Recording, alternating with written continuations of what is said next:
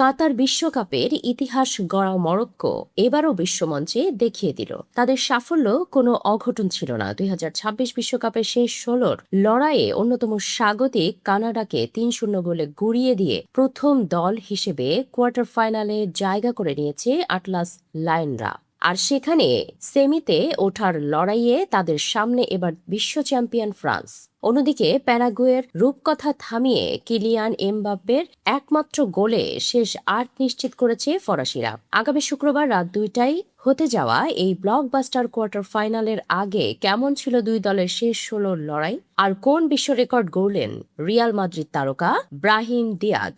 হিউস্টনের energy স্টেডিয়ামে ম্যাচের প্রথমার্ধে স্বাগতিক কানাডা একের পর এক আক্রমণ করলেও মরক্কোর দেয়াল হয়ে দাঁড়িয়েছিলেন গোলরক্ষক ইয়াসিন বুনো। প্রথমার্ধে তানি অলুওয়াসেইয়ের শক্তিশালী শট অসাধারণ দক্ষতায় ফিরিয়ে দেন তিনি, ফলে বিরতি পর্যন্ত খেলা থাকে গোল শূন্য। তবে দ্বিতীয়ার্ধে শুরু হয় মরক্কো ম্যাজিক। 50 মিনিটে আশরাফ হাকিমের পাস থেকে বক্সের বাইরে থেকে এক বুলেট শটে মরক্কোকে এগিয়ে নেন আজেদিন উনাহি।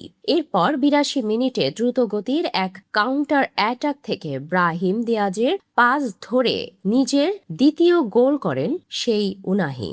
আর অতিরিক্ত সময়ের 8 মিনিটে সুফিয়ান রাহিমের গোলে 3-0 ব্যবধানের জয় নিশ্চিত হয় মরক্কোর। এই ম্যাচে গোল না পেলেও দুটি অ্যাসিস্ট করে আফ্রিকার প্রথম ফুটবলার হিসেবে এক বিশ্বকাপ আসরে 4টি অ্যাসিস্ট করার অনন্য এক বিশ্ব রেকর্ড করেন রিয়াল মাদ্রিদ তারকা ব্রাহিম দিয়াজ। অন্যদিকে ফিলাডেলফিয়ায় জার্মানিকে বিদায় করে দেওয়া প্যারাগুয়ের মুখোমুখি হয়েছিল শিরোপা প্রত্যাশী ফ্রান্স।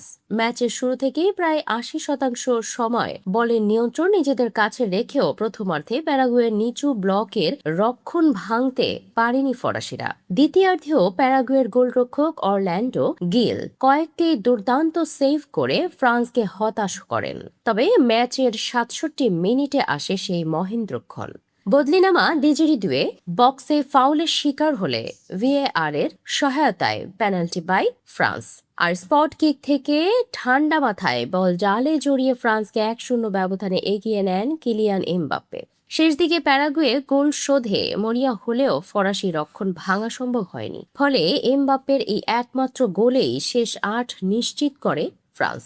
পরিসংখ্যান বলছে মরক্কো তাদের নেওয়া 5টি শটের 4টি লক্ষ্যে রেখেছিল, যেখানে কানাডা 10টি শট নিয়েও লক্ষ্যে রাখতে পারে মাত্র 3টি। অন্যদিকে ফ্রান্স পজিশনে আধিপত্য দেখালেও প্যারাগুয়ের গোলরক্ষক গিলের অসাধারণ দুটি সেভের কারণে ব্যবধান আর বাড়াতে পারেনি। তবে শেষ পর্যন্ত ফুটবল বিশ্ব পেতে যাচ্ছে এক হাই ভোল্টেজ কোয়ার্টার ফাইনাল।